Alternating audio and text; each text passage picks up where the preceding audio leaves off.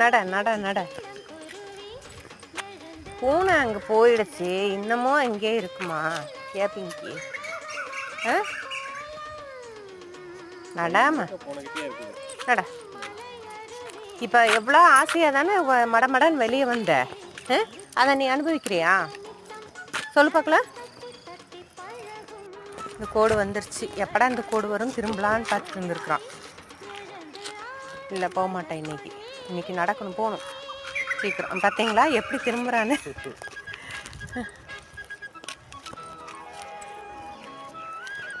நட. சரி நட நட நட நட, போகலாம் நட. இப்போ போகலான்னு, அப்புறம் வீட்டுக்கு போகலான்னா இப்படி இழுத்துட்டு நிற்கிறேன். ஏன் பாப்பா?